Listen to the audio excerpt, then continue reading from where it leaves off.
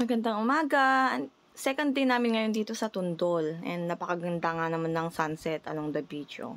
Ganda din ng place nila. Maraming mga puno-puno. Yung mga cottages nila magaganda din. Ayan. Ang ganda ng mga coconut tree.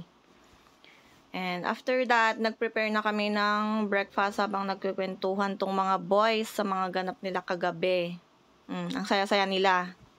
Kung ano bang mga ganap nila kagabi. Gusto nang mag-swimming ng bunso ko. Sinasabi niyang pumunta na kami sa beach. Ayan, kaya ako mamaya na, kaya yan, tuwang-tuwa. Si kuya, tulog pa. Napuyat din kagabi. Anong oras na mga nagsitulog tong mga batang to? Hindi ko na alam kung anong oras na una pa ata akong nakatulog. Magjowa naman, side viewing muna. Habang nagkakape yung iba. Kanya-kanyang ginagawa yung mga tao ngayon eh. Nagkakape, nagpre-prepare ng breakfast. Kami, nagluluto kami ng breakfast. Para may pang breakfast bago kami ulit pumunta sa beach at mag-activity. Marami pa kami gagawin na activity ngayon eh. Yung UFO tsaka towing bed.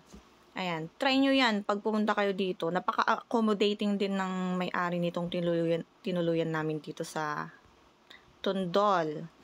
Ayan na nga, yung UFO, papaikot-ikutin ka niyan bago ka ihulog. Parang sa pagmamahal, papaikutin ka muna. Pag nahulog ka na, saka ka iiwan, char. Antayin nyo, mahuhulog yung mga yan. Yun yung gusto nila eh. Yung, ihuhulog sila. O yan, nahulog na. Pero tuwang-tuwa pa sila dyan. Happy sila, yun daw yung excitement doon sa UFO. Yung mahuhulog ka. Nag-cramps na nga yung paa ni Taro dyan sa pagkakahulog. Pero masaya pa rin sila kahit na, ayan o, nagka-cramps na yung paa nung kasama nila. Tinatawanan pa nila. Siyempre, kami din mga girls meron din. Oh, ayan. Nahulog na nga.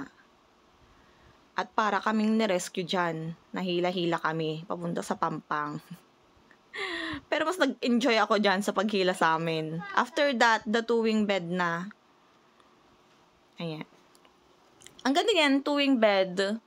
Ang ganda ng pagkakashot namin dyan. Pero nakakangalay nga lang. After ng two-wing bed, ayan, drone-drone na lang sa tabi habang nag-aantay ng oras. Inaantay yung mga bata na matapos mag-swimming. Nagsiswimming sila dun sa tabi lang. Hindi sila pumunta dun sa may mas malalim, syempre. Walang mga bantay. Yung mga boys nasa cottage, may sariling gawain. And thank you, Tondol Anda, sa napaka-gandang lugar, napakagandang mga activity. Nag-enjoy kami. Tsaka sa tinuluyan namin, napaka-accommodating. Lahat ng kailangan namin, sinasabi namin sa kanya hanggang sa mga kaldero kasi wala kaming mga dala. Thank you so much po. For sure po, babalik kami dito. Mas marami na kami. Yayain namin yung mga iba pa naming family. Thank you so much. Subscribe and follow po, palike po ng page ko. Panood po ng mga videos ko. Pa-support po. Thank you.